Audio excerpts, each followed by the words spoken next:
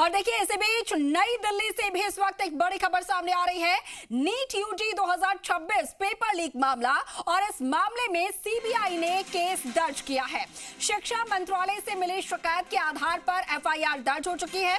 उच्च शिक्षा विभाग से लिखित शिकायत मिली थी और सीबीआई ने राजस्थान समेत कई राज्यों में अब जांच भी शुरू कर दी है।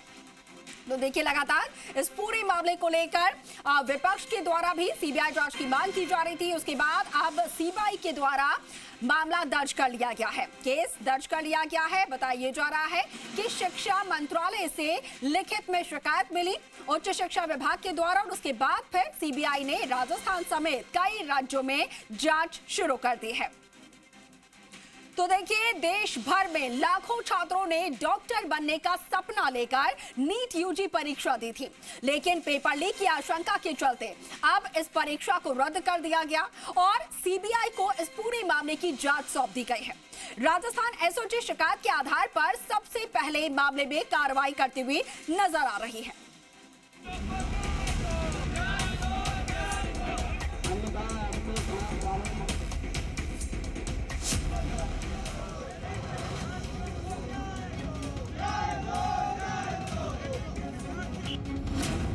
नीट परीक्षा 2026 रद्द। पेपर लीक के बाद एनटीए का फैसला। पेपर लीक की सीबीआई जांच का आदेश। 3 मई को हुई थी नीट परीक्षा, बाद में नई तारीख का ऐलान।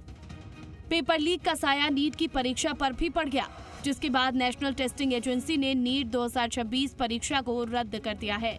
परीक्षा 3 मई 2026 को आयोजित की गई थी। गैस पेपर में करीब 410 क्वेश्चंस हैं।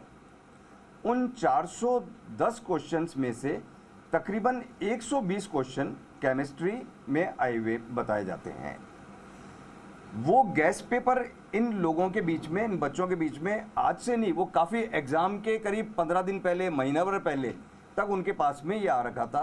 जैसे किसी ई मित्रा पे किसी ने फोटोकॉपी कराई तो ई मित्रा वाला ने आगे उसको फोटोकॉपी को आगे देना शुरू किया। तो हमारी जांच इस गैस पेपर के बेसिस के ऊपर जो चीटिंग हो रही है।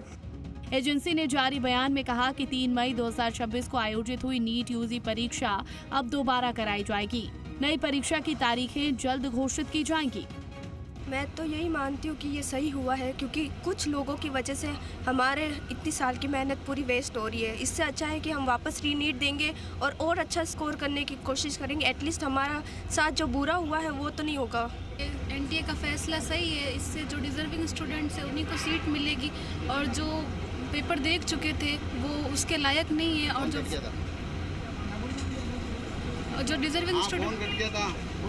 डिजर्विंग स्टूडेंट्स हैं उन्हीं को सीट मिलेगी, और जिन्होंने पहले पेपर देख के वो जो नंबर लेके आए हैं वो फ्यूचर में अच्छे डॉक्टर्स नहीं बन सकते। बच्चों के लिए हम कितना प्रेशर झेलते हैं पहले, और फिर वापस आप बोलते हो अब और पेपर दो।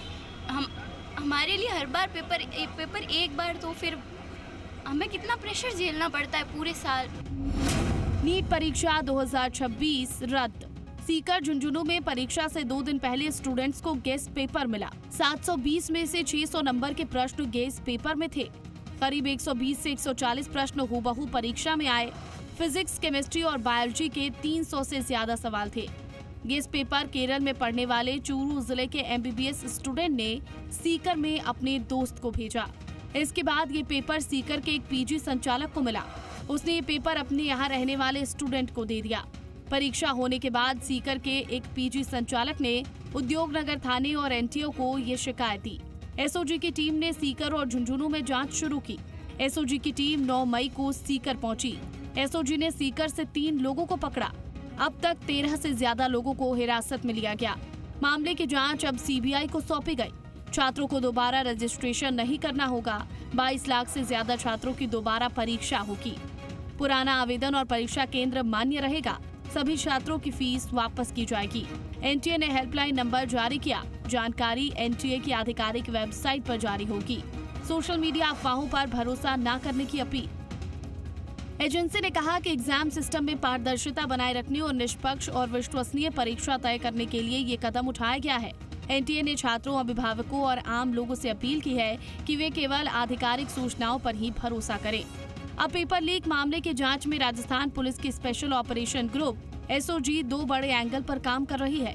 सूत्रों की माने तो पेपर लीक का लिंक केरल और देहरादून से जुड़ रहा है, जो टेलीग्राम के जरिए पीडीएफ फाइल में भेजी गई थी। नीट पेपर लीक को लेकर मंत्री किरोड़ी लाल मीणा ने कहा कि सरकार ने संवेदनशीलता दिखाई है, सरकार नीट स्टूडेंट्स के साथ खड़ी है।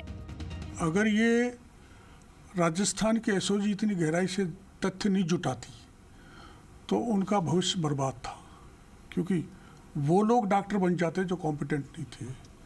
जिस डॉक्टर को धरती का भगवान कहा जाता है वो अगर बन जाते तो क्या होता आप अंदाज लगा सकते हैं।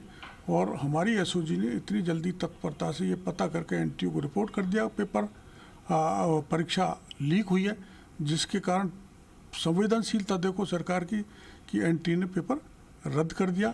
वहीं इस मुद्दे को लेकर विपक्ष ने सरकार पर सवाल उठाए हैं। मैंने कल ही मांग करी कि आप एफआईआर दर्ज क्यों नहीं कर रहे हो? आपने बैठा रखा उनको, आप उनका अरेस्ट करें, कार्रवाई शुरू करें, जांच शुरू करें। पूरी राजस्थान की बदनामी हो रही थी, पर ये समझ नहीं आ रहा कि स्टेट गवर्नमेंट ने क्यों ऐसे इंस्ट्रक्शन दिए होंगे। एसओजी संस्था जो है उनके अधिकारियों में समझ पैदा हो गई कि हम कार्रवाई आगे बढ़ाएं नहीं बढ़ाएं। ये खबरें भी आ रही थी एसओजी से भी, ये बहुत ही अनफॉर्चुनेट बात थी। फिलहाल जयपुर के मनीष नाम के व्यक्ति से एसओजी पूछताछ कर रही है। सूत्रों का कहना है कि पेपर लीक मामले में मनीष की भूमिका अहम हो सकती है। सूत्रों के मुताबिक जांच में ये पता लगाया जाएगा कि कथित पेपर लीक का नेटवर्क कितना बड़ा था, इसमें कौन कौन लोग शामिल थे और क्या परीक्षा केंद्रों या एजेंसियों के भीतर से भी किसी तरह की मिलीभगत हुई थी।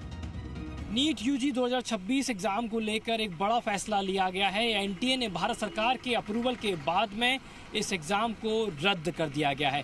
3 मई को ये परीक्षा देश भर के अलग अलग सेंटर्स पे आयोजित की गई थी, लेकिन एक के बाद एक ये बातें सामने निकल के आई कि कैसे ये परीक्षा जो है ये पूरी तरीके से दूषित हो गई थी। राजस्थान कनेक्शन की बात करें तो करीब अलग अलग जो गैस पेपर हैं वो सामने निकल के आए थे। जयपुर की कनेक्शन की बात करें तो ये सामने निकल के आया कि एक मनीष नाम की व्यक्ति का नाम सामने आया। ये भी जानकारी में सामने आया कि एसओजी उससे लगातार पूछताछ कर रही है। सहयोगी राहुल के साथ ज़ी मीडिया जयपुर।